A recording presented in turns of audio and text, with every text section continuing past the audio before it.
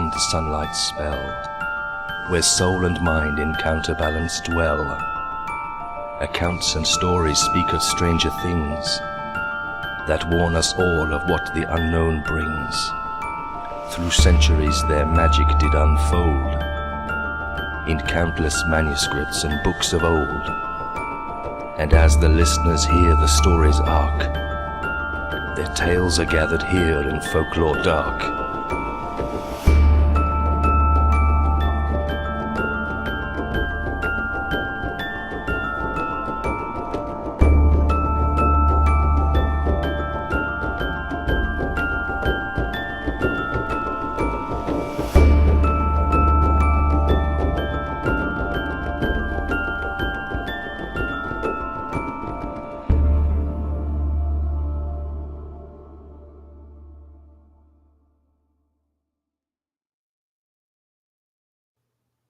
All right, we are back. Second live stream of the week, Folklore Dark.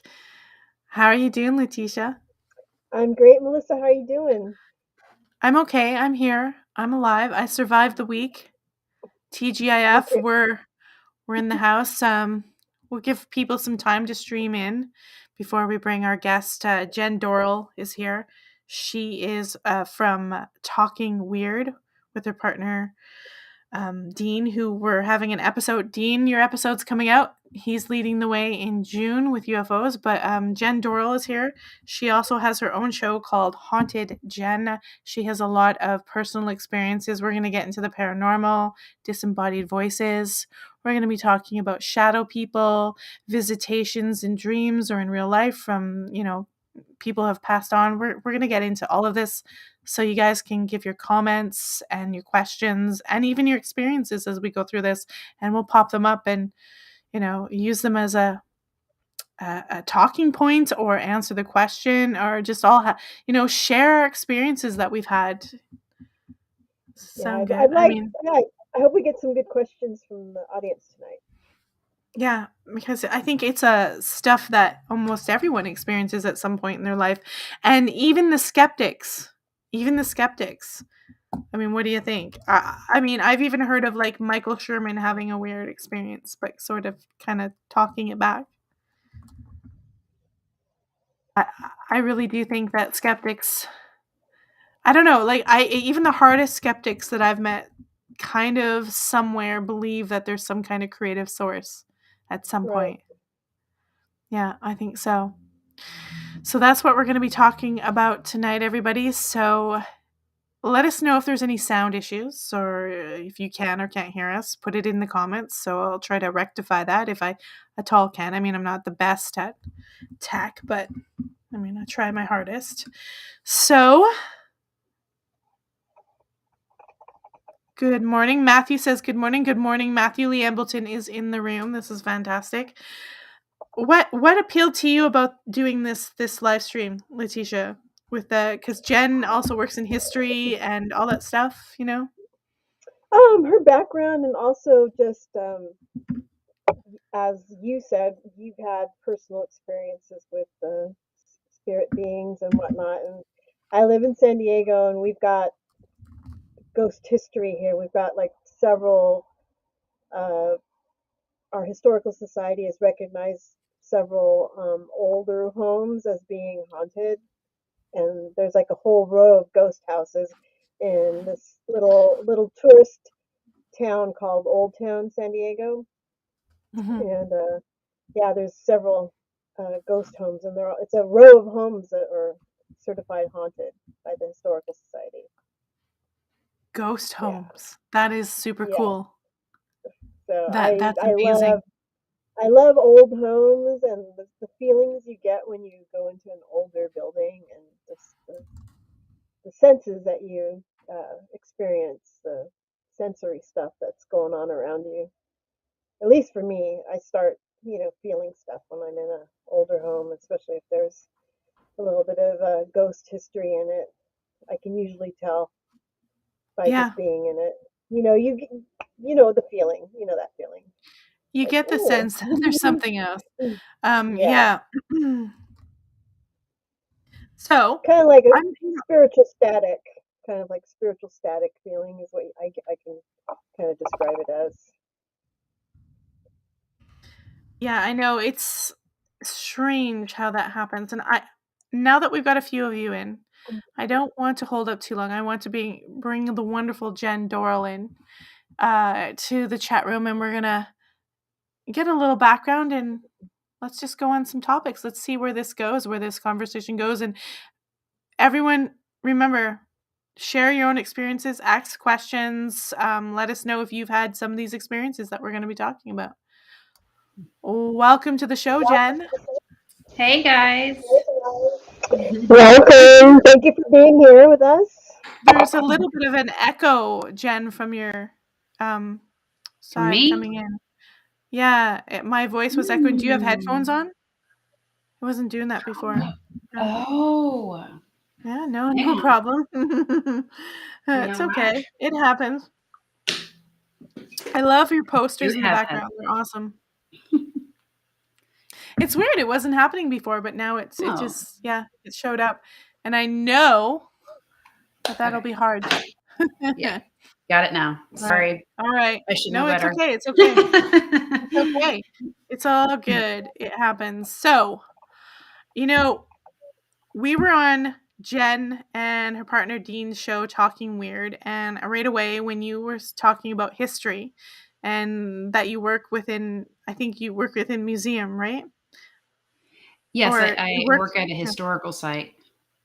Right. I knew right away. I was like, Jenn has to come on because the paranormal and history is just like a magical combination.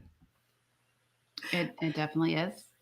Yep. So, go ahead.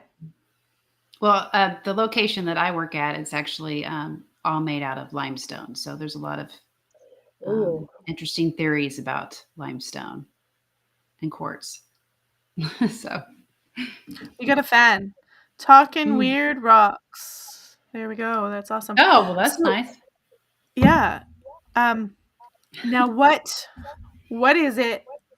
Let's start with your background because you gave me a Reddit, but I'm going to let you talk about why you're into the paranormal and where this all started for you. Well, what started me into at least the podcasting was my boyfriend Dean that's just kind of his field, his thing. So he wanted to do the podcasting. I am a natural introvert, so that's kind of helps me be a little more comfortable socially. So I was all about, okay, let's try this out. And it's a perfect topic. So I love talking about the paranormal, the unknown, anything like that. So that's what started that. But when it comes to the paranormal, it's something that's been with me my whole life. A lot of it started off, even at the age of 3, I have memories back to seeing, shadow people in the hallway. Somebody always kind of standing there in the doorway. I didn't know if that was just kind of my eyes adjusting or what it was, but to me, as I'm older, it felt more like they were just watching me. And that's something that was very common when I was younger, was dealing with those type of entities, beings. So I didn't sleep too well as a child. I was either in my parents' room or my brother's. So I don't think that stopped until I became a teenager. So that was the beginning. Did the experiences reduce as a teenager? They got worse the more hormones came in, actually. Okay. I know it subsided from depending on what house I was in. So from the ages of 9 to 12, it was a little quieter. But once my hormones started kicking in, then it amped up more. Wow. And that must have made your teenage years really interesting, to put it lightly. Yeah. My teenage years they would have been really, really good if I wasn't constantly listening to my shadow self. I should put it that way. It's constantly self-sabotaging. Yeah.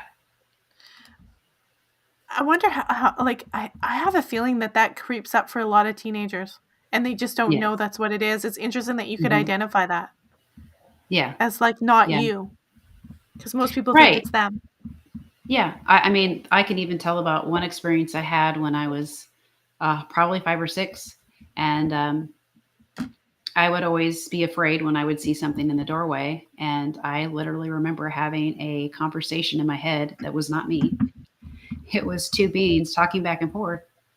The first one, like on the left side, the angel, on the right side, the devil, that kind of thing. So it was back and Right. forth. So the person that was on the left side was like, now that I'm older, was more of a spirit guide. It was my self soothing, lighter side that was trying to calm me down and to just relax and just go to sleep. Don't focus on what you're seeing in the doorway. And then the right side was either my shadow self or whatever I was afraid of that enjoyed the fear and was feeding off of it. So those two were arguing back and forth. And I'm just sitting there like, what's going on? So, You're caught in the crossfire. yeah, it was crazy. And it lasted for a long time. And I never did understand it. I didn't really ever tell anybody about that. But when I was older, I literally thought maybe I had a mental condition. So I did. I went and saw a psychiatrist, and I remember telling this one lady about it. And she said, "No, I think you're fine." I thought maybe I was schizophrenic because I had a lot of auditory issues. I mean, I would hear my name being called. I would hear just odd things. And I thought, God, I'm losing my mind. But she actually said that I didn't fall in that line of someone with a mental illness, nothing like that. And she actually kind of believed that maybe I was tapping into something else. So she was the first person that actually believed me and kind of made me feel better. That's really fascinating that you met someone like that, because that's unusual. Yeah, it's true. Really, Like, really most people would lucky. have had you drugged Yeah. up. Yeah. I'm Yeah, I was pretty fascinated by that woman. That's amazing that she saw that and was able to channel that, because most people can't. Yeah. Yeah. So That is I was fascinating. lucky. Yeah. I mean, everybody else Well, that I went and saw would, here, medication. No, It no, no, just, no. I've tried the medication route and some did kind of help. But then after a while, you're just like, I don't know. It's not the best route. well, no, it's not. And in my experience, because I probably had some similar things, maybe not exactly, but that, I mean, I do believe that you should go for, I'm not telling anyone not to go for mental health. I do believe that you should go for help, whatever. I'm not telling people, like, drugs do help some people, but in those instances, something is trying to talk to you for a reason. And you just Yeah. have to not be so afraid of it, or kind of have someone like you did to kind of guide you in a better way. Yeah. Yeah. She helped me, but there was something else that happened and I don't, Mm-hmm. yeah. She wasn't You're looking like, much it's just, longer after that. I right. can't really go into That's that okay. one. Yeah, no, But that's okay. So, like, it's been there since you were little. I had the same thing, Jen, where I lived in a haunted house when I was 5 and 6, and I was surrounded with dark folklore dark, like my whole yeah. heritage, the Irish, the English. I mean, half of it's, it's all these haunted houses. Like, everywhere was haunted where I lived when I was little on Yeah. the east coast of Canada. So, like, when Letitia was talking about the row of haunted houses, did you have that experience, like, in your community, like outside of yourself, where there was haunted everywhere? You were surrounded by that folklore almost? Mm-mm. Not for No, me. not Mm-mm. for you. Wow, that's interesting. So it was just personal experiences and receiving Well, stuff. yeah, I know I grew up Baptist and Okay. that kind of thing you didn't really discuss or talk about. So anytime I brought that up, Oh, that must have been hard. yeah, I couldn't like I think when you go to church, I'm trying to remember what it is, but you would have to walk down the aisle and then kind of not like repent, but you would walk down the aisle and ask for I don't know if it's forgiveness or what. And then the preacher would put his hand on your head and then pray for you. Let's all pray. So I forget exactly what that's called, but that's what you were supposed to do. Yeah. Yeah. And sometimes that doesn't help. Well, a lot of times that doesn't help with No. anything. So No. you Mm-mm. get older, but this is the foundations, because I want to get into some things like, we were talking, for instance, like just paranormal experiences in general. Um, did you start having more? Did you start getting more comfortable with these experiences, and that because obviously you've done some investigation and you're interested Yeah. in beyond that, so you must be comfortable with it now. You must have made amends with it. Yeah. It took a while though. um, um, so let's see. I was always around it, so probably not into my 20s. And I suffered from sleep paralysis. Uh, gosh, from I think it really, really started heavily in my teens. Mhm. But it even lasted till I was, well, till probably 2015. Um, Even the whole time I was married. I was married from the age of 30 to 40, so a 10-year Mhm. gap there.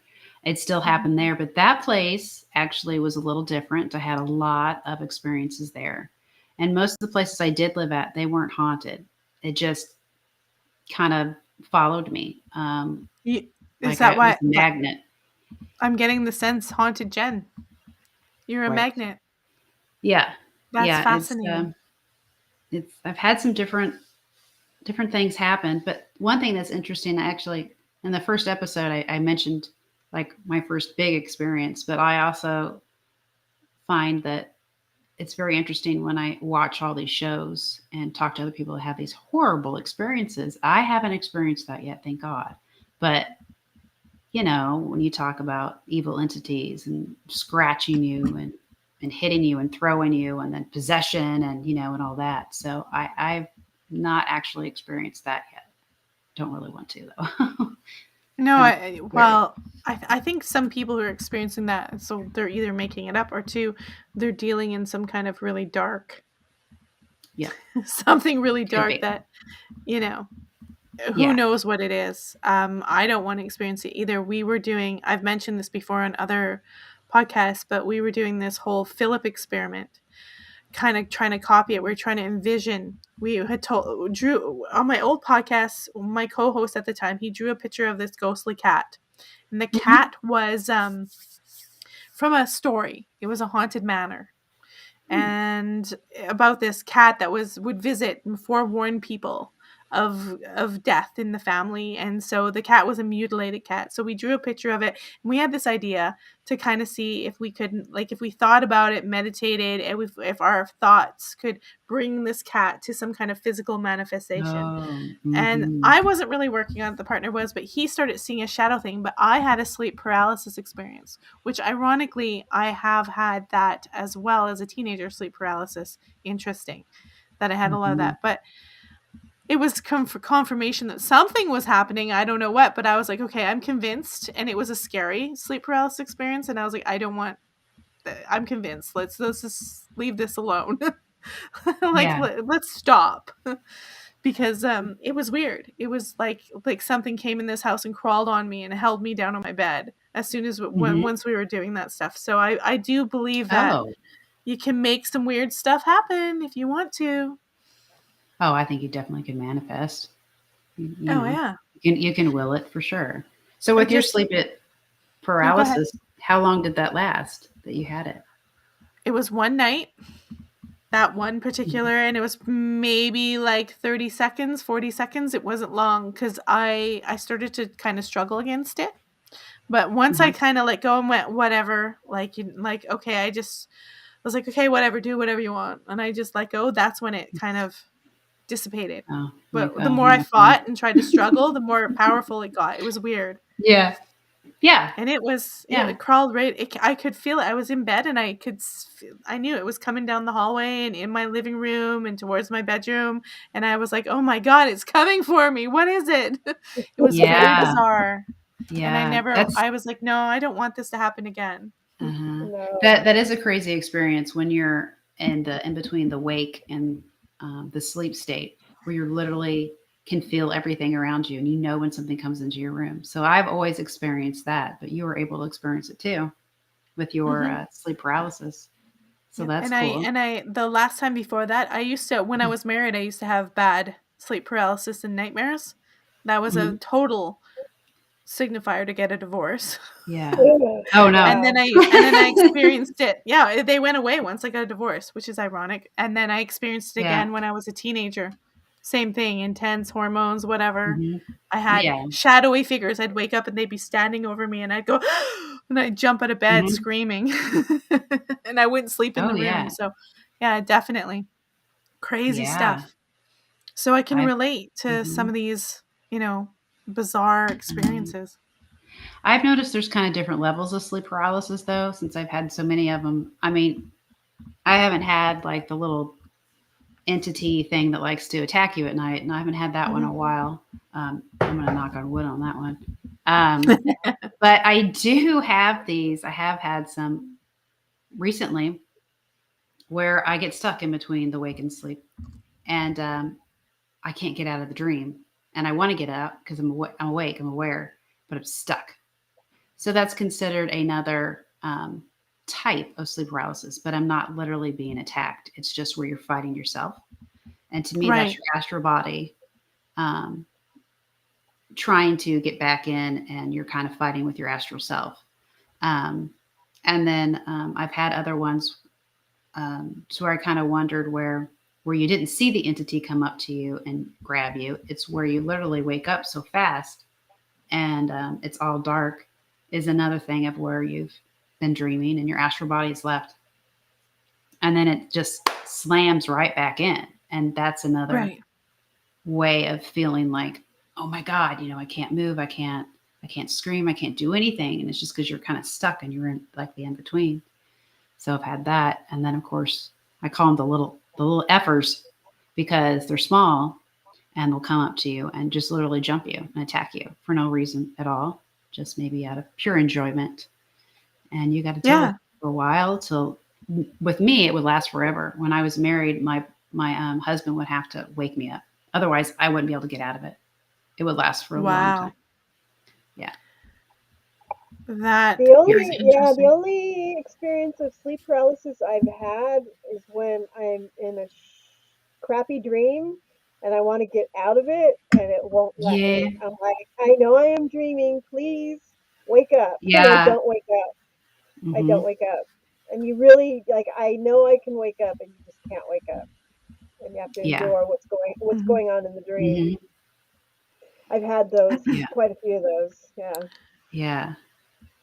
Yeah. Those are always One interesting. time when I was married, one of the dreams that I used to have was I used to have this dream that someone was breaking into my house to get me. And one night I was having that Yeah. particular dream and I looked and I was still in the dream, but I was awake and the bedroom door burst open and I thought it was the person come to kill me and I jumped out of bed to attack them. And it was my husband at the time and he started screaming, "What are you doing?" And I was in this cycle, but here's what's really funny is 3 months later, one of his employees tried to break in my house and get me. And I woke Wow. up at 3 o'clock in the morning. I knew someone was around, and I was getting up and all. And yeah, he was a meth head and everything. 3 months later, someone did actually try to break in my house, and I had to call the cops and try to beat him with a baseball bat. And the cops got there, and so it was weird how that happened. How my ex partner came in and I flipped out. But 3 months later, someone actually tried to break in my house. It was like Wow. I don't. It was bizarre. It was weird. It was a prophetic dream, and I've had a couple of Yeah. those prophetic dreams. I don't know if you guys have. You I can have, yeah. cue in and let Yeah. me know. Share. Yeah. I've had But stuff it's like that, but I've had more of deja vu than anything. That's like a weekly thing at least, but it's Oh cool when yeah. it happens. do you think deja vu is signifying you that you're on the right track, or what do you think it's saying? I don't know. It kind of confuses me. It kind of, the more I learn about the paranormal and other dimensions and um, quantum physics, the whole thing, it's like obviously we have different selves, Mm-hmm. and I think they kind of coincide with each other. You're still doing the same thing in a sense, but I it's so hard to explain it, but That's what I right? kind of think. I just think we all have these different Yeah. levels of ourselves. It's And more like an experience. It's hard to explain because it's an Mhm. experience you have to have. I find when I'm having one, everyone knows that I'm having one, and they look at me like, "Are you okay?" Like, because I don't know what happens to me when it happens, but all of a sudden people ask me, "Are you okay?" It's like, Yeah, "I'm fine, I'm fine." I you just, probably I just, freeze. I, Like, I just what was remember, that? I just remember doing this, and I can't tell them. Like, I just remember having the same thing happen before, and it was very, very powerful and very strong feeling. But like, I Yeah, guess I freeze because they always ask me, "Are you okay?" It's like, "Oh, I'm having a déjà vu," and they know it. yeah, yeah. So Get we your have a bearings. comment. We have a comment saying, if you have sleep paralysis, try to laugh, think of something funny, and laugh. It really works. Oh, I am. It's hard when you're having a nightmare Mm, to laugh because it's so. yeah. The thing is about sleep paralysis is it's so real and it's so terrifying for a lot of people. Their mhm, experiences, like if you've seen some documentaries, I mean, they're convinced they're being mhm. like killed. It's hard. It's hard to get out of that. Yeah.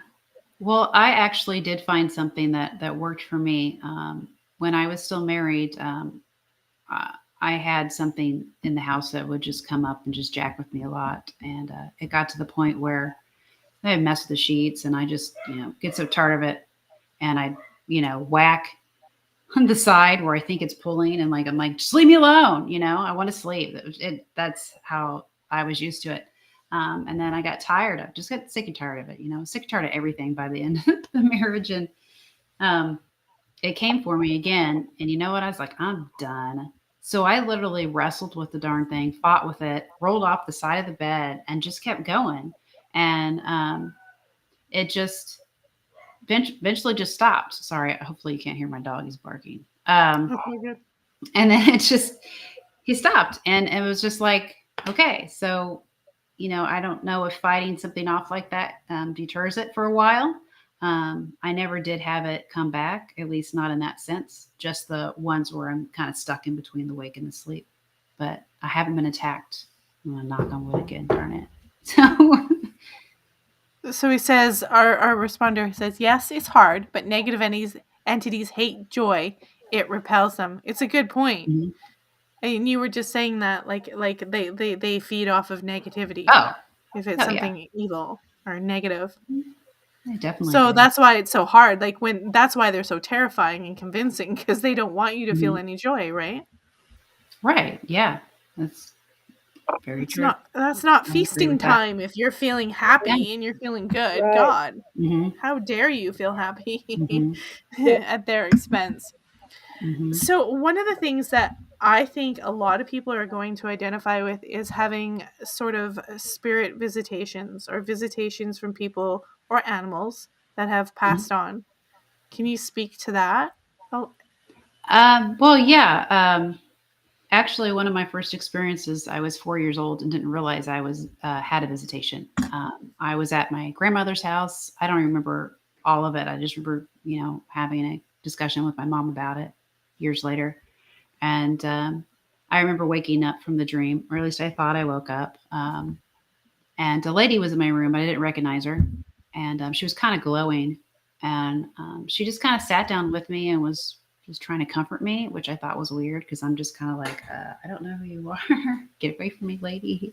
I wasn't sure, but she was very nice and sweet, and she comforted me. And I kind of liked her around me because it made me feel good. And she was trying to get me to go back to sleep, but her main reason for the visit was just to um, be there for me and let me know that she cared for me and that everything was okay. And it was kind of odd because I wasn't having a nightmare, so there's really no reason for her to pop up like that. But the interesting thing was is that when she left, she started to glow, and she just kind of looked back at me and waved, and she just floated off. And I remember I started to cry because I was upset because I didn't know where she went, and I was confused by that. So my mom comes into the room and tries to comfort me, and she's like, "Oh, honey, that was just a dream. I was told my whole life all of my experiences were dreams." I'm sure some of them might have been, but that one was pretty profound. So that was kind of brushed aside. But when my grandpa passed away on my mother's side, um, I talked to her about it again. And so I explained to her what the lady looked like. So my mom was a little more open-minded and wanted to hear more of it this time. So I explained that she had strawberry blonde hair, what she looked like, very sweet. And so I ended up, according to her, um, I described my great grandmother Gertie, which would have been her grandmother. So that's when I found out that I was actually probably visited by my grandma Gertie. So that was And the they had long passed on. yeah. She passed away 3 or 4 years before I was born. A couple of years. Yeah. So I never did meet Wow. her. I've Yeah. had visitations from like one my grandmother. I had one from a cat that was Oh my yes. beloved pet, and Hmm. it was literally like within a week or so of them passing on, and it was very like people were trying to convince me that it wasn't real, and I was like, no. If I ever want to point to the paranormal, because sometimes I doubt, I'm like, yeah, it's not real. You just whatever. But if I ever point to something that was so real, I always point, especially the one with the cat that we had just had to put down. I'd had her for 19 years, Hmm. and I was pregnant with my son at the time. So people were trying to say I'm hysterical and pregnant. I'm like, wow, how ridiculous. Hmm. And my partner, I was fully awake. My partner left. He left to go do something for the day. And I just went and laid back in bed. And I was still awake. And all of a sudden, this cold, tingling feeling came through my head. It was like paws crawling on my head. It went one way. And I was like, what the hell? And it came Yeah. back and walked the other way. And that's what my cat did all the time, walk Yeah. back and forth across my head while I was Yeah. laying there. And I jumped out of bed so fast, and I was like, oh my God, that's my cat. And everybody else thinks I'm nuts, but it was so real. It was so like I could Yeah. feel the cold tingling right through my Hmm. face. It was so real, Wow. and those are the experiences that I had. Is and same with my grandmother. She showed up and started patting the top of my head, and I could feel it on the top of my head tingling, and I was like, "Oh my God, she was just here." Yeah. And it was not too long after they passed on. It was very bizarre, Yeah. but it was like it like had me in tears. It was Hmm. crazy. Yeah. It was Well, very that's real, great and that I you was had that. very, very, very wide awake. Uh-huh. Very bizarre. But yeah, people will think you're crazy when you Yeah. say that. But Oh yeah. people have those all the time right after death where someone comes back and says, it's okay, I'm all right. I gotcha. Yeah. Yeah. Hmm. I get ancestral visitations, but in the form of aromas, like smells. You have clairsentient then? You have that? Yeah. And Hmm. what's weird is when I was working at this one holistic clinic, I was having one, and it was a very, very strong smell of wild Native American tobacco in the room. It Hmm. smelled like somebody was burning a bundle of Indian tobacco in the room, and my client says, did you have a smoker in the room before we got here?" I'm like, Yeah. "No, no." She smelled it too. It was like very, very strange. But I get those all the time. I smell garlic. I smell Hmm. toasting rice for rice pilaf. I smell certain old brands of perfumes that aren't even manufactured anymore. I Yeah. smell food, certain types of foods, and it's like I know the people that those are associated with, and it's like it's Hmm. a visitation. It's clearly a visitation from this person. Yeah. Yeah. Wow, that's amazing. Hmm. I've experienced that as well. With my brother, he wore a certain kind of cologne. It was one of the Stetsons. If I remember correctly, he wore that a lot. Yeah. But sometimes Yeah. I'll get cigarette smoke. But actually, the place that I work in, I had something interesting happen. I was walking up the stairs and I got this weird scent. And usually you don't smell anything in this house. It's fairly old. So it was just, out of the blue. And I couldn't figure out or pinpoint exactly what I was smelling. So in my head, because I have the clairaudient, I heard it and it said patchouli because I was trying to figure out what it was. And I'm like, oh, patchouli. But I'm like, wait a minute. I don't even know what that smells like. Right. So everybody at work knew about it. And I think I even got a Christmas gift for one of my friends from work, and it was a patchouli candle. And so I've been obsessed with patchouli now, and I finally know what got some of it, and it was the smell. So to me, I'm just kind of wondering if Uh-huh. who used to reside there on that wing of the lodge actually wore patchouli perfume. I've heard Wow. that in so many like ghost tales where they smelt rose petals or Yeah. lavender or or what tobacco, whatever it is. But smell Hmm. plays into it a lot. Hmm. Big time. I mean, we had a house that we lived in on the island here somewhere in another town with my parents, and we used to actually smell rotting meat Yeah. in a spot. It was so gross, but it would disappear and we could never find it. And we Mm. think the lady that used to live there was showing up every once in a while because she had cancer. She was dying of cancer when we bought it from her. But Ah. we would walk through this one area that was her room that went into the ensuite bathroom, and all of a sudden this horrible rotting flesh smell would show up, and then it would be gone, and it was gross. It's not Hmm. quite as nice as patchouli, but I Yeah. thought maybe that's Yeah. her. That it was insane. And we had other things. There was Mm. other instances, but the smell, it was like we would start gagging and then it would be gone. And I mean, we Mm. renovated that house like my parents were immaculately clean, so we couldn't figure it out. Oh, that's It was interesting. bizarre. Usually, when you Oh smell yeah. Yeah. something like that, it means something else, something dark. I Usually, if it's we didn't there was never anything really dark, like it wasn't, but it was just this rotty smell and then it would be gone. We always thought maybe it's her, I don't know, but we never had mm, anything negative or bad happen in there. It would just this smell mhm. would show up. Like it Yeah. might happen Mm. like once or twice a year and then it would be gone. And they checked everywhere. They are logical. They were Mhm. thinking plumbing, something. They were checking everywhere and they couldn't find Yeah. it. But Yeah. every once in a while it would show up and it was Yeah. So if bizarre. it And doesn't we happen all the time and it's at a certain no, time, it's always good to like put down the dates and time and then wait for the next year or whenever yeah. to see whether or not that's just like a memory imprint. So you could have Yeah. she might have smelt like that, depending on if she had a colostomy bag or however her death state was. Yeah. Whatever was Maybe happening. it's Yeah. just, yeah. And then it just shows up for a brief second. That's pretty cool. Yeah. Hmm. I couldn't tell you that, but I know it was like you would walk into it and walk out of it. And it was like Oh, like that's a like crazy. a like a Just like one a little little spot. yeah, one little spot and then it would be gone. So there Yeah, could be that a stuff's logical cool. That's reason for it, fascinating. guys, I love that but stuff. I'd be writing it down. Wait until the even next year. even Okay. even Show my up. logical stepfather was creeped out by it, and he was Yeah. super logical, and he was totally freaked out by it after a while. He Hmm. was like, "This is really weird because I can't find the source." Yeah. Mm, Yeah, that's fun exactly. stuff, So though. the That's I find the insane. visitation, I find what Letitia said about ancestral dreams and stuff, I find that really Mhm. fascinating. Hmm. That like do you get like because there's this idea that ancestral magic and that you can get things from your ancestors and they can give you wisdom and you can use that bloodline to, power Yeah. your life. Yeah. I mean, that's something I've been trying to try to figure out. Like just recently, we had this last year, we had one of our very first psychics on, and I found out she was, had classes. So I'm like, well, I'm going to, check this out. And so I started taking her class. And so I was learning a little more about ancestral guides. So I thought, well, I wonder if my grandma Gertie's an ancestral guide.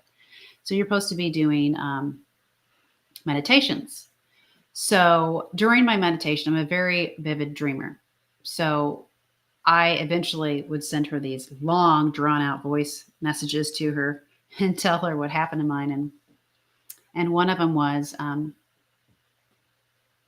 well, a spirit guide. So we were doing the spirit guide one. For the longest time, I would try to do the meditation for my guides. And I never could get it. And I always get this in my head. And every single time I'd had a dream or actually got a glimpse of the other side, this is another story, they would always tell me it's not your time. Like, what's okay? It's not my time. So it's not my time to see my spirit guide and my meditation either, obviously. So Mhm. we did this one for spirit, your animal spirit, as I should say. So she does a very good job of explaining where you're at and how your hands are just, brushily touching the side of the tree. So you're going to go to this lake and you're going to sit down and you're going to relax. And so, anyways, after all that is done, what we did was you sat and you put your feet down in the lake and you're supposed to relax and look down and kind of relax a little bit longer. You kind of go through your chakras, get to a certain area, and then that's when you're supposed to look up from the lake and, um, you'll find your spirit guide, your animal spirit guide. And so the first one I saw was, I saw a wolf. And I was like, well, I kind of figured that one out. That's a long story with my wolves. So that's another, yeah. Okay, so the wolf's there. And then I see my griffin. And that's another story that I had to tell you about too. So I was very happy to see my griffin. And the more I sat there, it just got really serene. And a cat shows up. And then, what was it? It was cat. And then something was flying around. I couldn't figure out what kind of bird it was. But anyways, as I'm leaving, she tells us we go back. So as we're going back, that's when we're supposed to see our spirit guide. So as I'm walking back, I literally get attacked from behind. Something doesn't want me to go and see my spirit guide. It's weird. But come to find out what it is, I have this animal come around and get in front of me. And it is a white wolf. And this white wolf he stops and he stares at what's behind me and growls at it. And what it is a black wolf. And it was attacking me. So in my eye, I'm like, that is my shadow self that has kept me from everything I've ever wanted to do in my life. So it was just the weirdest thing. And, I've always been big into dream interpretation. So that's what I got out of that. It finally stopped and it let me alone, let me be. And the white wolf was like, go ahead.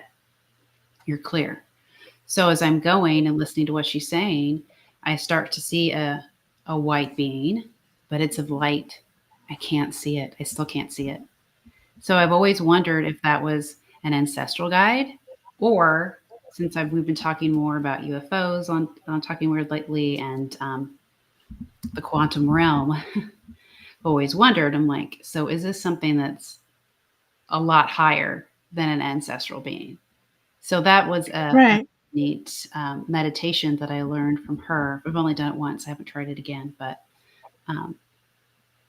it's interesting that it's wolves. I mean, because there's so many things you can get from wolves, just as a metaphor. I mean, there's negative stuff, but I always look at them as very amazing creatures. But the coloration, the dark and the white wolf. Mm-hmm. That's something I've always dealt with.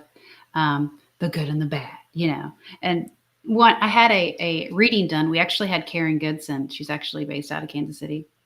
I had her do my reading, and we had her on and Talking Weird. And one of the things she told me in the numerology reading was my numbers.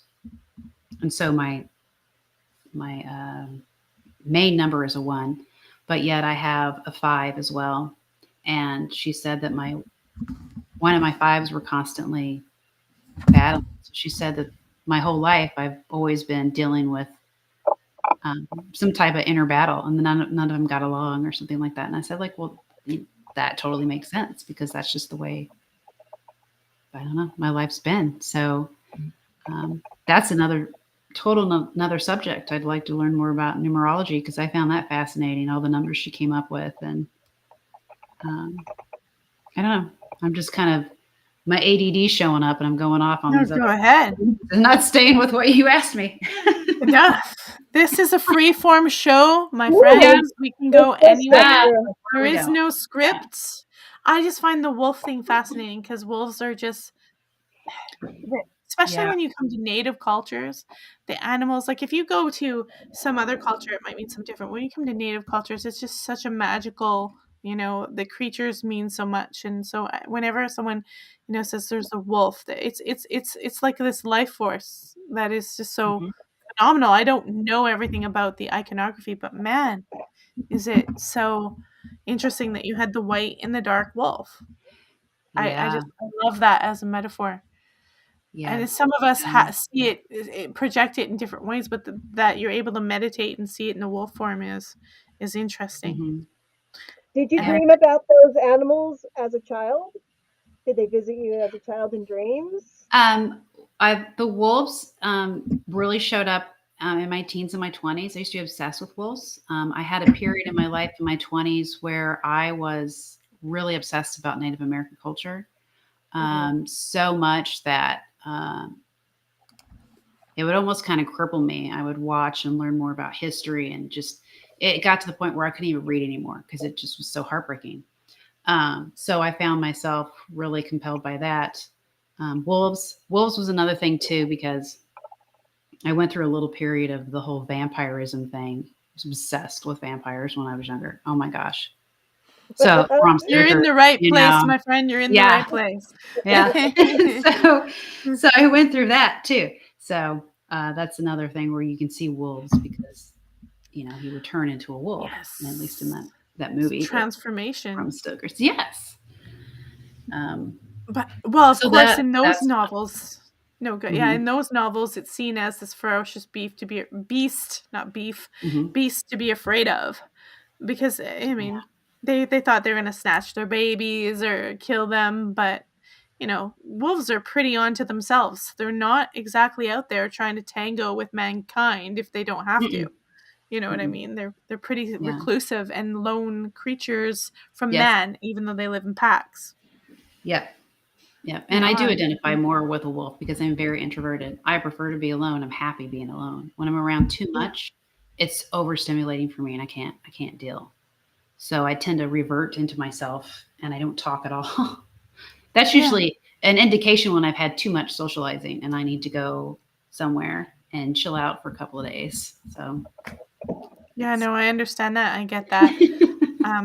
Yeah, I've been with a lot of extroverts in my life in partnerships, Mhm, and my God, they never understood the need to go and be alone. They were like, mhm. "Why would you want to do that?" And it's like, because Yeah, it's special. It's important to be on your own and do something and recharge. They were like, "No, yeah. come here and give me more of your energy." That Suck, we suck, need suck. attention.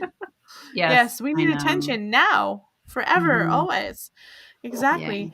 So, okay, when we were talking, I believe it was when we were talking about sleep paralysis, you kind of Mhm. mentioned out of body. And I kind of want to Yeah. get into that because you mentioned astral projection in when you wrote to me about some things, but I wanted to get into that idea of astral projection, the paranormal, and what you think it is, and if you've had any experiences with it or anything like that, because I've had some experience, but not much. Okay. Well, I do have one that was probably one of the very first sleeping paralysis. I'm a type of person who always had generalized anxiety. I've always had issues with that. And so when I was younger, I always felt things in my room. So if I was awake, it just wasn't good. All the lights were on. But this happened when I was probably around 14, and I had my door open and I had all my little Mhm. rituals. But that was one thing, is I always slept to the side of the bed that was the closest to the door. Um, Always had my closet door shut, had a light on, just certain things, music. And so I'm asleep, but I guess maybe I'm in the in between of the wake and sleep. So I can totally aware of all of my surroundings. Everything gets really quiet and still. And I feel people walking into my room. And to me, it felt like more than one, but I wasn't sure how many. Um, and they walked in and then went to the side of my bed where I wasn't, which was over by the window, and just sat there or stood there and watched me. And that's a feeling I had a lot when I was a kid, anyways. But this time I was kind of awake, but I could not move. So this was one of the big first paralysis ones that I had. And it was so much that it really traumatized me, because I couldn't move. I couldn't speak, couldn't scream, but they were hovering, like just watching me. And there's nothing I could do about it. Like I'm stuck. I'm stuck in my head and I can't do anything. And they could tell that I was upset. And one of them walked around and like right in my face. I felt them in my face, and it was just like, just calm down. It's okay. We're not going to hurt you. I'm like, whatever. I can't see you. I can feel you, and I can't move. I can't scream. You're not my friend, obviously. But anyways, it was just like, I got to get out of here. I got to figure out how to get out. And I left my body, and I floated up to the ceiling, and I looked down, and I could just see myself just totally asleep. You can't even tell that I'm in distress because it's all like, in the head. And there's four beings in my room, and but they're light figures. I can't really make out what they are. They're just 4 light figures, kind of like what I saw in my meditation, what my spirit guides would have been. And they were just watching me. That was it. And I just kind of hung up there for a while. And then once they realized it was something I wasn't going to be able to calm down from, they left. And then I went down into my body. And that's it. That was, yeah. Have you ever had out of body, Letitia, or anything like that? Lots as a child. Not so much interaction with entities or spirits or anything. It's just I blow it out, go down the hallway, go look at my parents, and go back, and like almost like a brat, like float back over to my body and get back into it. I was doing that all the time when I was a kid, all the time. It was hilarious. And I was never scared except when I was a teenager. I started watching more horror and stuff. Then I was afraid I wouldn't be able to I'm not going to be able to get back in the body, so I stopped doing it. Yeah. I haven't done it voluntarily since. I've had dreams where I'm OBE, but I'm not doing it like I was when I was a kid intentionally. Mm-hmm. It's interesting how you can do it so easily when you're a child. A lot of times, it's like you're traveling left, right, and center. Yeah, so many things you can do easier when you're a kid. I had 2 of them. One was from trauma when I was 4 and a half. I got to be careful on how I talk about this because I don't want to go into PTSD. The girl, I lived on the East Coast and we were making breakfast and we lived with this other family and it's trying to get it. Anyways, me and this little girl were told those were the days where you could go to the corner store when you were 4 and 5 and nobody cared because you could buy cigarettes or whatever the hell you wanted. Mm-hmm. So we were going to go get chocolate milk for all the kids for breakfast. And she ran out ahead and there was a staircase that her father built and it went down like 2 stories and it was illegal. He only had a railing and nothing guarding. So it was just this top railing and all open space. And it was raining and she went out and down the stairs and I wanted to catch up with her. So I came running out the door and I slipped on the top landing and went right through. And I tried to claw not to go through, but I went over and flew down 2 stories and smashed onto pavement below. So I got over the part that I can't talk about that will traumatize me, which is the clawing part. I can't relive that. And when I was down at the bottom, I looked up and I could see her running up the stairs screaming, but I popped out of my body and I could see my body below and I could see some other perspective and I could see my mom coming out screaming just from different angles. It was really messed up. And it was from trauma, obviously. I just left my body and it was crazy. I left that accident, which my mom thought I was paralyzed. She was screaming and the ambulance was there. I just went to the hospital. I literally walked out of the hospital without anything. And it was so far from where I fell. I don't know how I survived it. I have no idea. But I had I didn't know I had an out-of-body experience when I was that age. I had no idea what happened. But when I looked back, I was like, oh, I think I had an out-of-body experience. Yeah.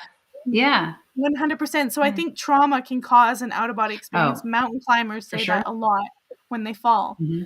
But yeah, I'm going to skip past the clawy part because can't go through that one. Because that's the part that was always blocked out when I have to retell is the initial falling was the most traumatic. Waking up at the bottom wasn't traumatic. It was the initial slip and trying to claw to not go down. That's where the trauma is. But it was weird. I had a total out-of-body experience, and I was 4 and a half. It was messed up. Yeah, it was messed up. And that would have, early 80s. Yeah, it is like, and the other one I was in university. I was going to art college.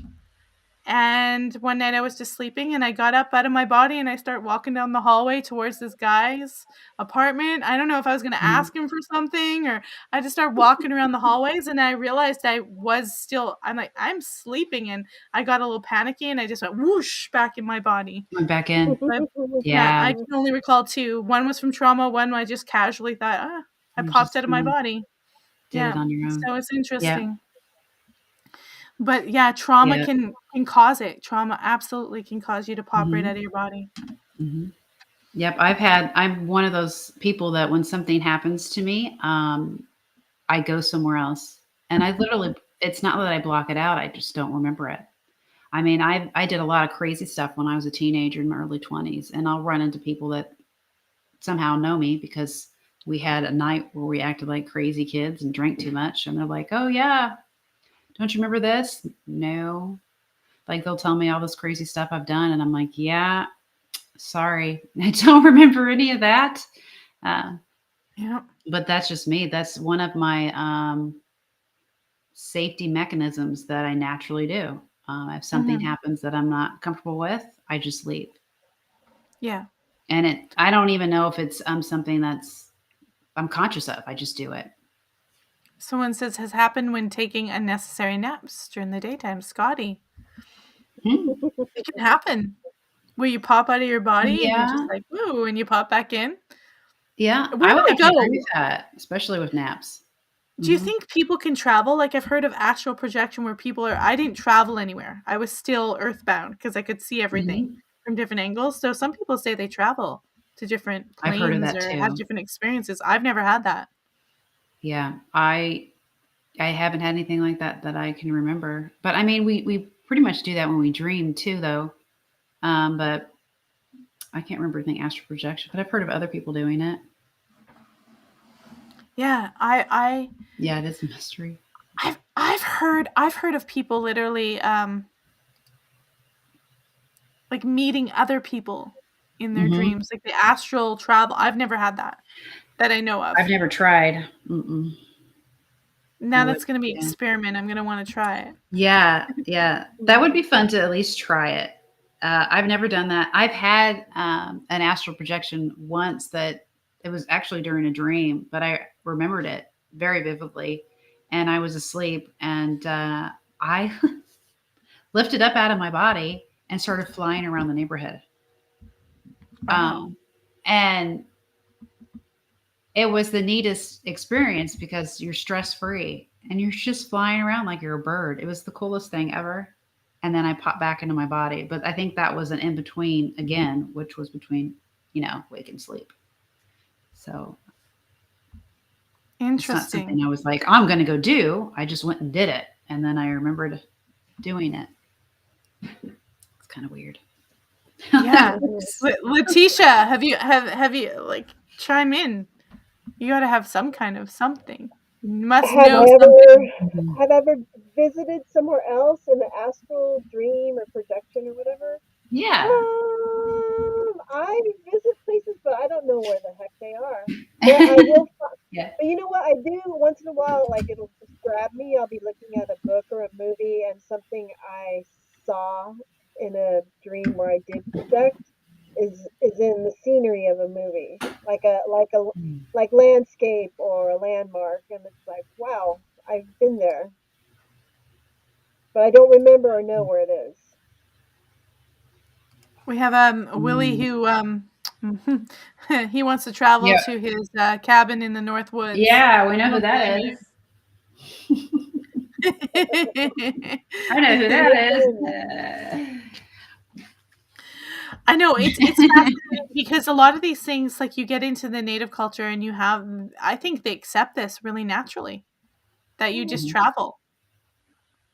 Yeah. Oh yeah, Yeah, that you just go places, and our culture tends to like to be more solid and yeah, physical yeah, and yeah. ignore that Th- very important part of us.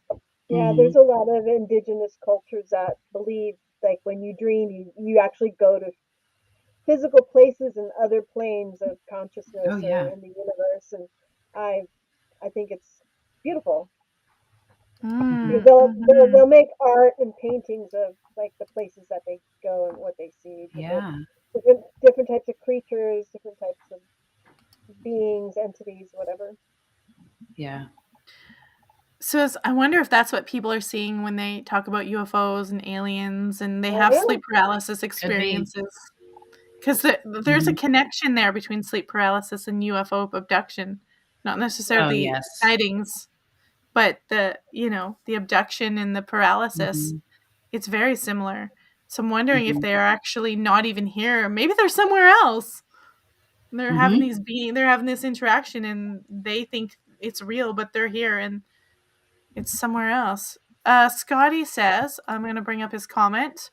The West always seems to deny the spiritual and only accept the physical. Other cultures are Mm-hmm. so much different. We can't separate the spiritual from the physical, no Mm-hmm. matter how much we try.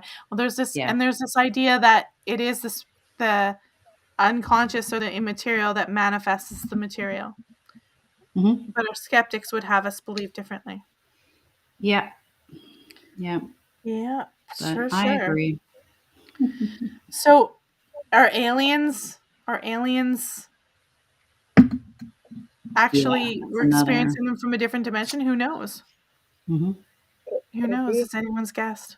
It's anyone's guess. Yeah, So it's now, no, go mhm. ahead.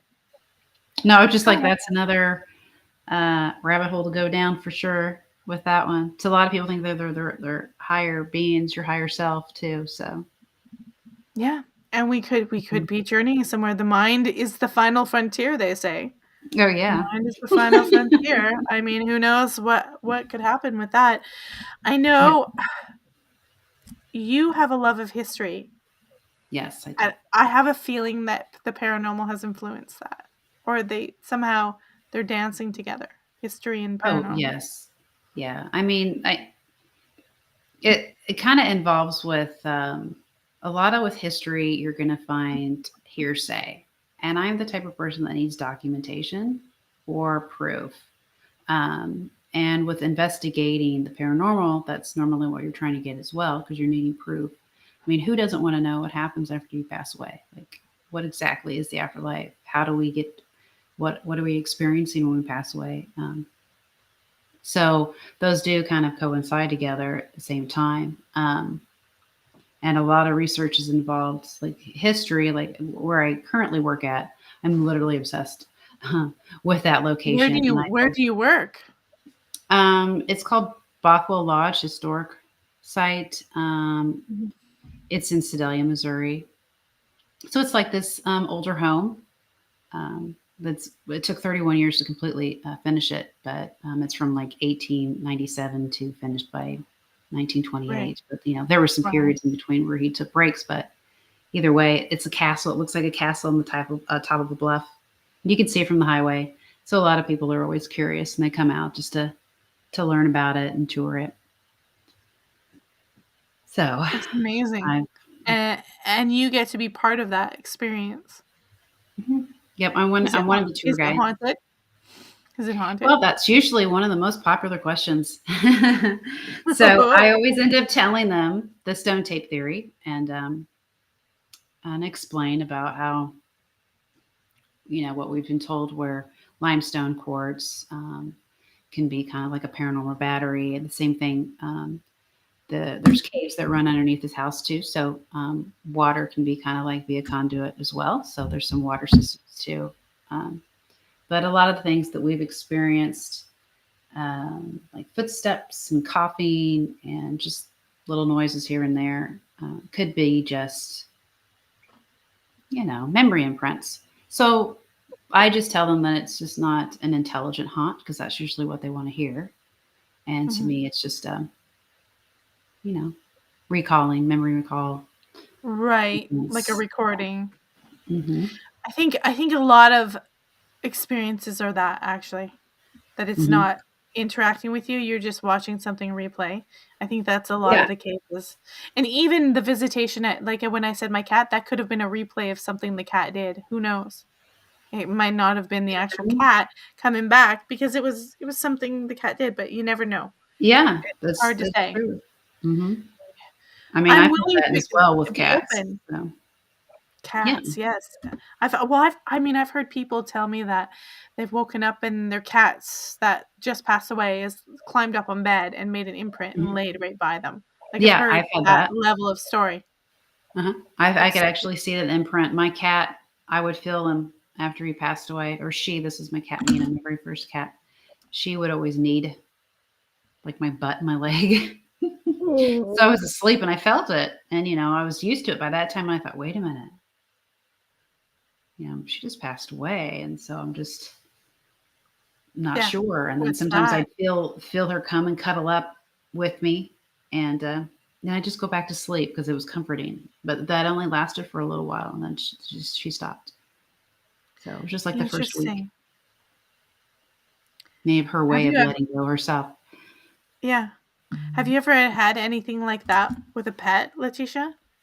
Oh God, yeah, yeah, Mhm. yeah. And they still visit. They still visit, and then Really? like Oh, that's very, sweet.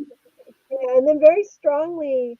It's been like over 30 years. My father visits me from June, which is his birthday month, until November, which is my birthday month. He's like very, very present in my life from June to November, and then he's gone. But he's How do like you know hangs he's out. there? Oh, because he's there. He's there. I was just gonna say, what's is there a signifier, like some sort of cue that you know, or you just feel a certain way, or he starts doing things? I He guess starts is that's doing what I meant. things, and my interest in the common interests that we shared, like things just will happen. Like I'll watch a YouTube video in my suggested stream, and it's like, oh my God, my dad was so into that, or my dad really liked that, or believed that, or whatever. And then like from June till my birthday month, and then he's gone till the next year.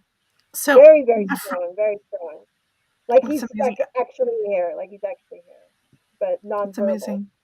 Yeah. Yeah. So a friend of mine told me this story, and I never got it out of my mind. I thought it was so creepy. Not creepy, but it was just, I don't know. There was some. It just reinforced that there's something else there for me. Mhm. I worked with this lady. I really respect her. She's very logical. She's older than me. She's just this sort of like mother hen figure.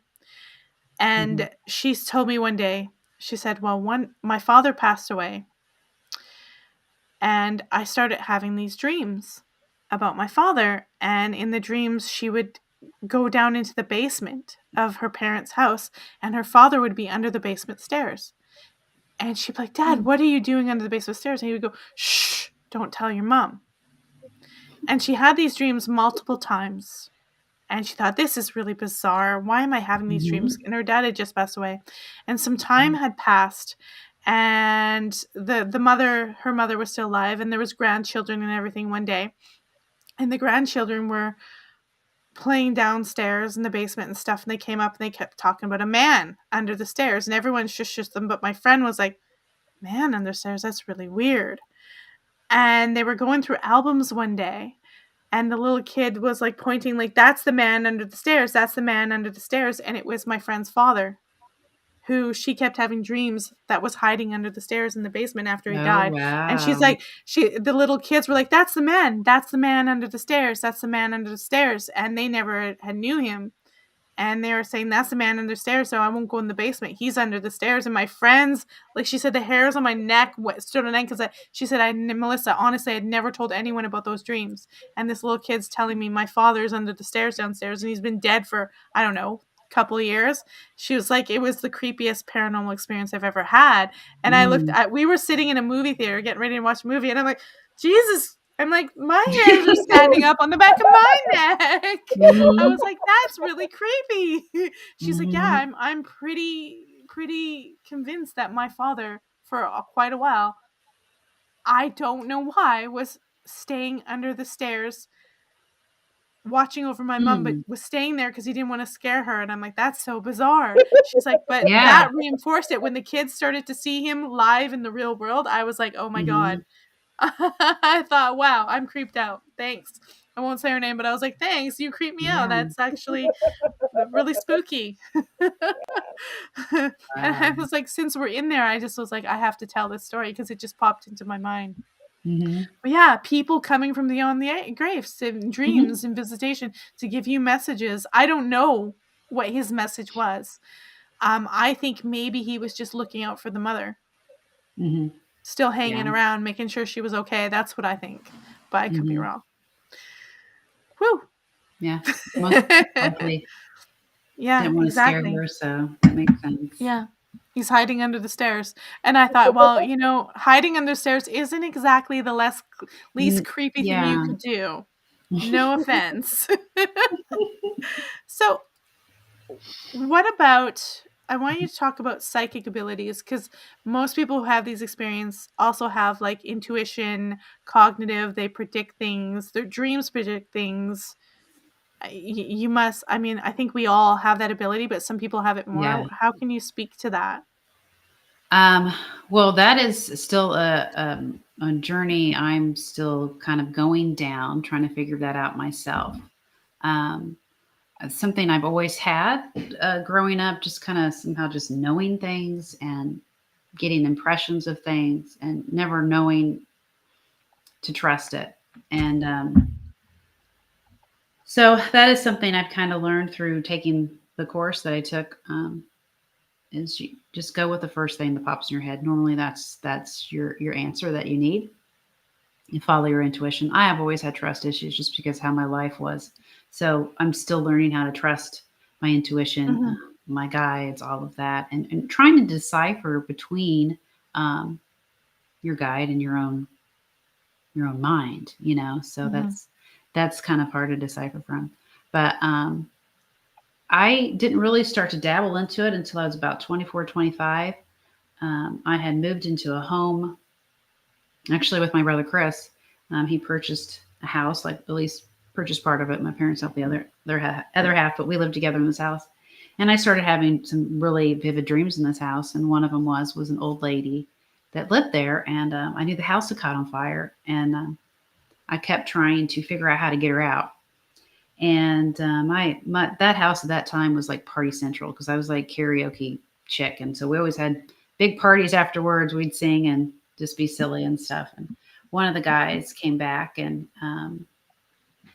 I was talking about this story, and he said, "Oh, really? You had a dream about that?" He goes, "Well, my grandmother used to live in this house," and I said, "Oh, really?" He said, "Yeah, and it caught on fire." Oh, okay. So that was like kind of my first big validation, and Wow. then I started tapping into some other things. There is a hotel in Sedalia. Actually, Mr. Bothwell, that the house or him that I don't really work for him because he's passed, but I feel like I work for him. He gave like $50,000 back in the 20s to help build this hotel. So his name's on it. So it's called Hotel Bothwell. And Mhm. I never knew if it was haunted or anything. But I do know that I stayed there one night because I had way too much drink and was not going to drive home. And so we stayed, and I think it might have been like maybe the third or fourth floor. And it had just been recently redone. So this is in the 90s because there was a stint where it was like a assisted living facility at one time. And so it had reopened as Hotel Bothwell. And um, as we were going up the elevator, and we got up on the floor. I was completely inebriated. I don't even know how I came up with this stuff, but I guess I was so relaxed. It was real easy for me to envision it. And Mhm. the walls were all painted, but all of a sudden they were kind of breathing. And then um, I could see the wallpaper come through. And I was like, Mhm. oh, wow. I'm like, do you see that? Like, what are you talking about? I'm like, can't you see the wallpaper? And they're like, no. And I'm like, oh, that's cool. So then I'm like, oh, wait a minute. So I was walking down this whole hallway. It was completely redone, obviously. And I'm like, well, there used to be a door here and here and here. And I'm like, oh my gosh, this is really cool. And so people were following me, and I was coming up with like some crazy stuff. And so then we went into the room. The rooms back then were much smaller. And so they had opened up the rooms more. So there's probably 3 rooms into one big room, actually. So they had split it up and they put like huge jacuzzis in there and all that. So I was explaining to who I was with, like, this is how it used to look. And that was a crazy experience. So later on, that's when I started to open myself up and try readings. Now, I didn't know what I was doing. I had read somewhere, you have like this white candle and you try this, you do automatic writing. So you scribble for a little bit. So I'm like, oh, I want to try this out. And I started doing it, and I was coming up with a lot of correct um, answers, I guess. Wow. And people started coming back over to my house, and I would go upstairs and we would do readings. Well, I did so much of them that it caused a bit of a problem, enough to where my brother Chris, who lived there, up and left. He had a really bad anxiety disorder, and he was just like, I'm going to mom and dad's house. You get to deal with this Mhm. stuff because you're the one that started this. And he totally believed me in everything that happened because he saw it himself. But there was a point where I was doing a reading, and one of the ladies that was there was a skeptic, and I was kind of feeding off her energy. It was making me very anxious, and I wasn't paying attention to what was going on. And I was reading, and some Bible verses started coming through, and I'm like, "What the heck is this?" And I don't understand. I'm getting confused. And then all of a sudden, I realized I was supposedly talking to my grandpa and my aunt that had passed away when she was 7, because I had seen a man holding a little girl's hand, and it looked like my grandpa. So I got really upset because I'm like, oh, wait a minute, because I was supposed to be reading these people. Why is that happening? So I ran downstairs. So as I run downstairs, I can hear laughing in my head. And as I step down, there's like, one of the old heaters in the house that just takes over the whole floor. I stepped on that, and then the laughing got louder, and then my grandpa's face got closer, and then he started to melt. Wow. And the being showed itself, and he was laughing his ass off. And to me, he was kind of, he formed himself or showed me himself as a demonic being. I don't know if he was or not. He was using your grandpa as a cover to get through, like faking. Oh my goodness. That's dirty. You hear stories like that too. When it comes to religious, right. That's what they do. They mimic, and they try to pretend there's something just so they can get in. And it did that. I don't know for sure if it was demonic, because I never had demonic things happening after that. But it was a jokester, and it thought this shit was funny. So after that, I was like, I'm not doing this no more, because I don't know what I'm doing. I don't know what I'm jacking with. I was never taught how to do it properly. I never went to any type of school. Nobody in my town was psychic. Nobody had any of the to tell me what to do. So I was just reading books and just didn't read enough was my problem. So I just stopped. And after that, things stayed. And I know my brother was asleep on the couch, and there was a man that would walk around, and he would brush you and touch you while you were sleeping. He was not a bad person whatsoever. And so that happened quite a bit. And then once I tried to get away from it, then voices started getting louder. And I thought, oh no, this is just not good. And so somehow I attracted a lot of different things there. And so they figured out maybe they were attracted to me because I opened a door, and I couldn't sleep. So eventually I just had to take a big long break, and I just left, and I moved up to the city. And I think my brother moved back in, and he had a friend, but I asked him if he had issues, and he said, no, it cleared once you left.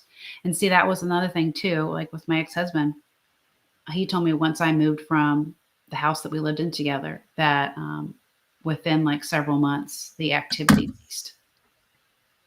So that's where the Haunted Jenn kind of comes into, because it just follows me. Do you have a sense why they might be attracted to you as a point of manifestation, for lack of a better word? Like, what, you don't know, or it's just I don't know. I mean, I've through learning more about the clairs, I do have the clairaudient. It doesn't happen all the time, but I do have that. I do have clairvoyant.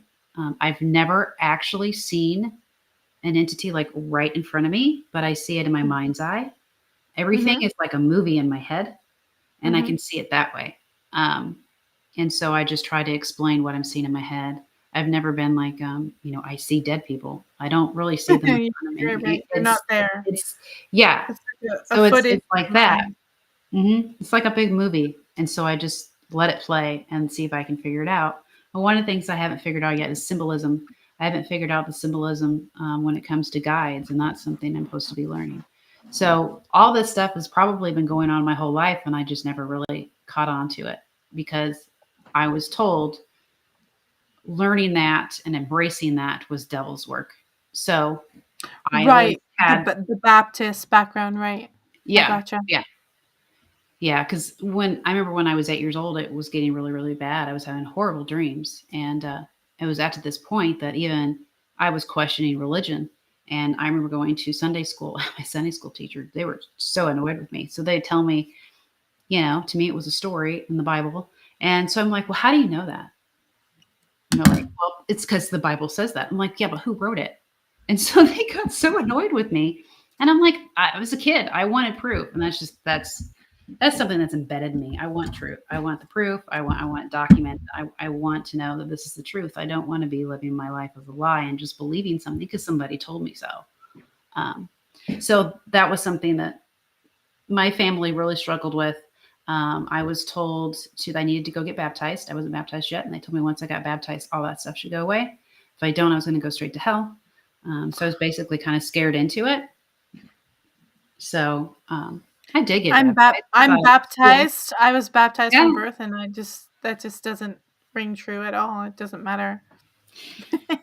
Yeah, you can fall into pitfalls. Things can happen. You can that it doesn't mean anything to me. I mean, I didn't have a choice of being baptized. It was just done to me, and I haven't found that it stopped any sort of experiences.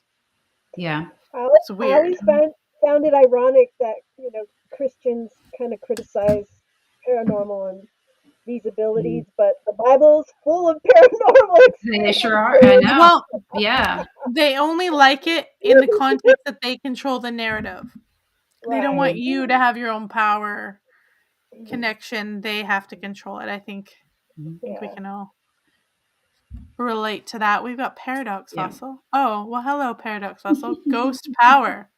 Woohoo! Welcome to the show, Paradox Fossil. It's interesting.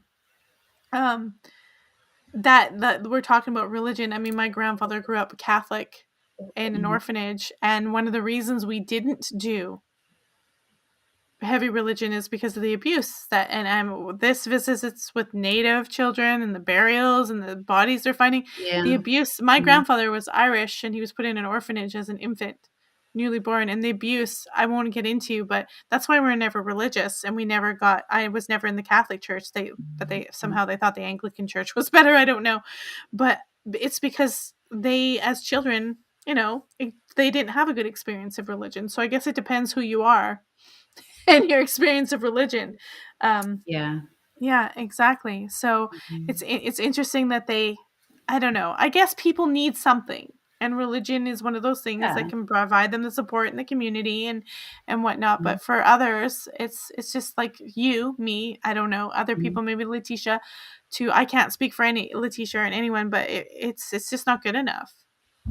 It just falls flat sometimes. I mean, it's good to have that good sense of belonging and the faith. I mean, it's good. My whole family's like that, and I would never knock it. If it works for them, it's great. It's just for me. I mean, I still have it. I was brought up that way, so of course I still believe in majority of what I was taught. But at the same time, I'm still going to question it because I need proof. I just need that extra push.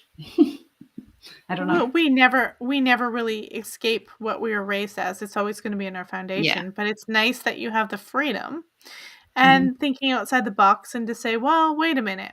I had this experience, and I just want to look at that a little bit. That's what this show is about with Folklore Dark. And even if we're not talking directly about folklore, is just like letting people have an experience beyond even science. Because science, we've had all this. I don't want to say anything about COVID or vaccination, but everyone's like, trust the science. It's like, no, the whole purpose of science is to question things. So I think it's interesting, even when it comes to the paranormal or religion, that we just question things. Not necessarily we want to undo it or trash it. We just want to question things and delve a little bit to, because it's not all adding up. Yeah. And some of the stories too are fascinating too, because it just, you wouldn't think, when it comes to Christianity, at least nowadays, that they would own a story like that. If you talk about the Old Testament and stuff that happened back then, I don't really want to go into that, but I'm a little crazy. I'll be honest, I couldn't give you a Bible quote if my life. I couldn't either. I'm just not. I'm not invested in. I've never have been. I was fortunate for all my issues with my family that I was never pushed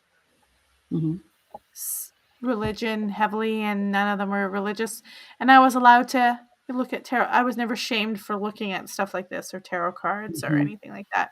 And I think it was because of my grandfather's abuse within the Catholic Church, and I think that's why. So talking weird, trust the science equals trust what television tells you. The science. Here he goes. Good point. Good point. And then we've got my Willie. Science and religion is human dogma. Well, I mean, it is human dogma, but it's also, historically, it's what worked at the time. It serves purposes, and then it's trying to evolve with science, but it's what was needed, I guess, at the time. But it's good that we live in a place where we can have a conversation like this, I hope, and talk against it. Yeah, have a discussion and learn from it. Exactly. Instead of saying this is it, black or white. So I don't do the whole this is black or white thing. So no, it's no good anyways. I mean, you just it doesn't serve your purpose. It's black and white thinking is something we do from the time we're children till our early 20s, and once we get to adulthood, there's way more gray areas, and we know it. We know it. Yes. So, in terms of investigations, I'll get something a little more light because it's kind of deep there. I know you've done paranormal investigations, and that sounds like the fun part of it.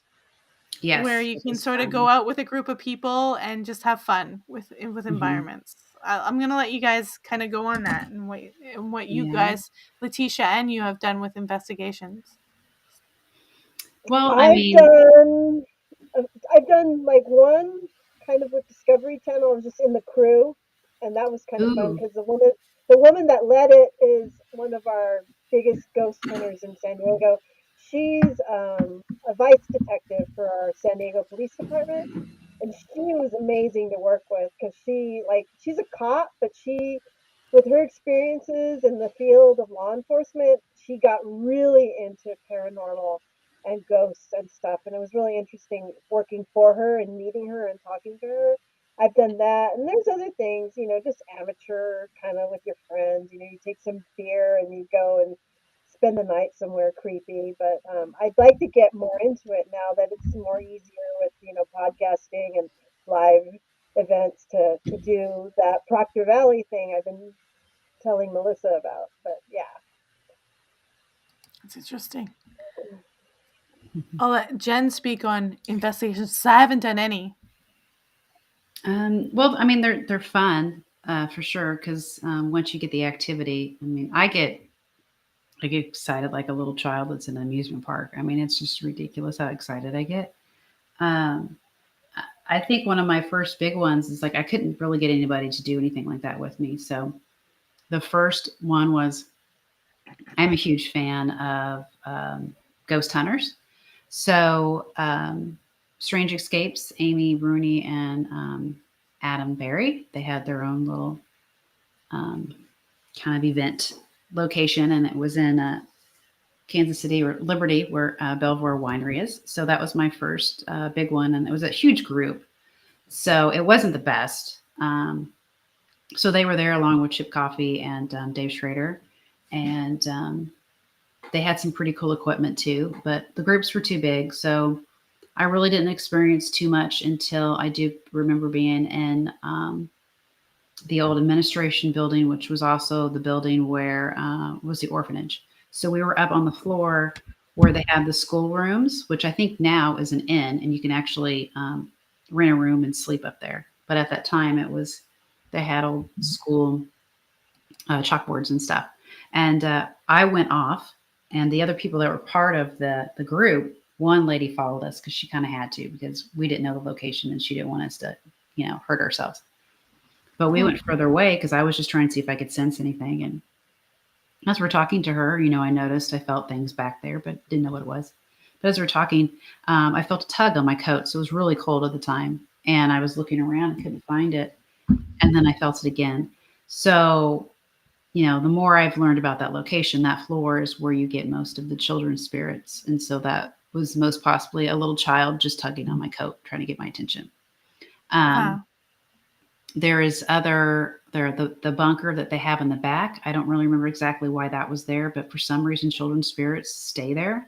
That was like a hide and seek location. So you'll get a lot of flashlights going on and off on that one. They will talk to you through the flashlights, yes or no questions. They do love it when you sing nursery rhymes, crazy enough, and they'll answer questions. And then there's a lot of shadow play, and they call it the old folks' home. So that's where the retirement living was, and that one's quite active. And you'll see them lean out. I do have some EVPs. The first one was somebody was breathing, and it was a certain room, and they were talking about how those investigators there had formed some type of relationship, or so they thought they did. And a man was right there, like breathing in my ear, and I didn't even know it, but I caught it on the audio. And then one time we were down in the morgue, and we ended up asking how many people were here. Well, I didn't hear it with my own ears, but on the playback we get 9.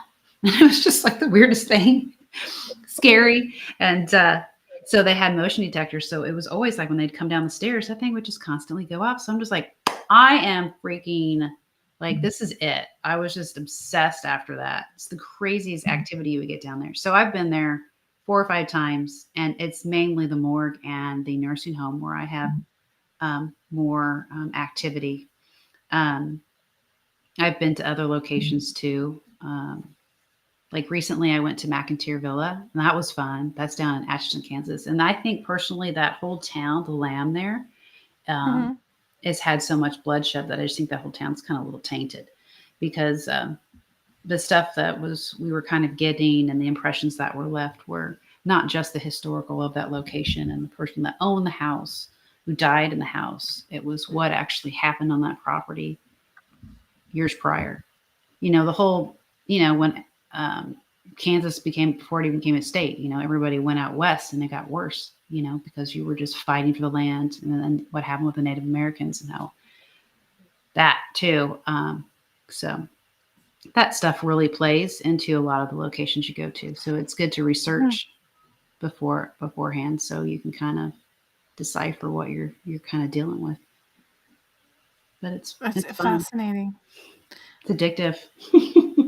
Yeah, I bet, because there's a whole, well, I mean, it's not just a Scooby-Doo adventure. You're actually delving into different layers of history, and you're actually having a physical experience, and you're interacting with other people. It's like, I always thought it would be really cool if one day, like, we all get together, a bunch of different podcasts, and we all, like, I don't know, come down to the US, and we like, hey, let's do a location, and all, like a round table, real experience though, live, and talk about stuff and do stuff. It would be awesome. It's like I don't know, it could just be a pipe dream, but it would be nice.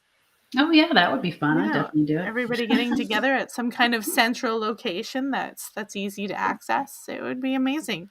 Because I mean, I always thought of ghosts as almost like telling history themselves. It's like they're speaking history.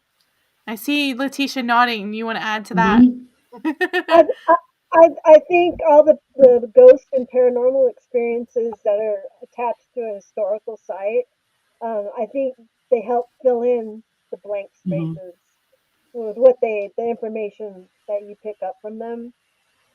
Because sometimes you can confirm it, like, that you'll get a vision or hear something, and then you'll go look it up later. That it's something that they question may or may not have happened, and it's like you're not even familiar with the location, but you got the information from that spirit, and you kind of like confirm it later.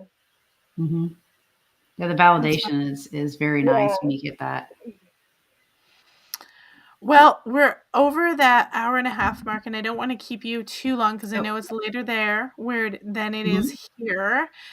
Just let everybody know where they can find you on Talking Weird and Haunted Jenn, or give them a idea of where they can look for you and on your show, because I know you're getting Haunted Jenn start up again, hopefully, because I think it'll be fascinating. I'm hoping to find time. It's so hectic right now. But I do plan to. So Talking Weird, you can find that on Facebook. You just put in Talking Weird Podcast, I believe. And then same for YouTube. But we do have a main hub, and it's www.charlesfort.org. And that's where you can access Talking Weird and all the other little side shows that we do. I know Dean's got a couple other ones, and he's got a new one called My Weird Library, where he is an avid reader, and so therefore he gives his little information on his take of each book, which is quite interesting. So that's there too. And there's only 2 episodes of Haunted Jenn, so I'll have to, work a little Yes. harder on that Well, one. I think it would be really interesting. And if you ever need anybody and you're doing something to come on, contact Letitia. I'm sure we don't have to come on Oh, together. sure, yeah. If we have time separately, we can help you out. Or I can talk. I can babble. It's always good. So that's Yeah. charlesfort.com. Yeah. .org. Yeah. Sorry, I apologize. charlesfort.org. Yeah, and that's like the main hub for all of it. So that's probably the best Okay. place to find everything. Perfect. Well, I really thank you for coming on tonight. Thank you so you. much. Fascinating. And I look forward to Haunted Jenn, definitely, because that sounds really fascinating. Great. Absolutely. All right. Thank you so much. Thank you. Good night, everybody. Thank you. All right. That's awesome. So that was good. I mean, we could go on forever about all our experiences, and I'm sure we'll get to it in future episodes. Anything you want to pair off with, Letitia, or close down with? Any closing notes on the paranormal? No, I think she's frozen up. Well, guys, I want to thank you guys all for coming over to Folklore Dark. We might do a live stream next week with me and Letitia. I have Dean Bertram on at the beginning of June. He's talking about UFO folklore, so that'll be wonderful there. So please don't forget to join us on Folklore Dark in the future. Go to the website www.folklore.dark.com, and we will see you next week. And join us at the beginning of June with Dean Bertram with UFO folklore. And hopefully we're going to have shows on a whole bunch of different topics, including the shadow people with somebody who researches it. Take care, everybody, and I'm ending the stream. Happy weekend, and we'll see you later. Absolutely.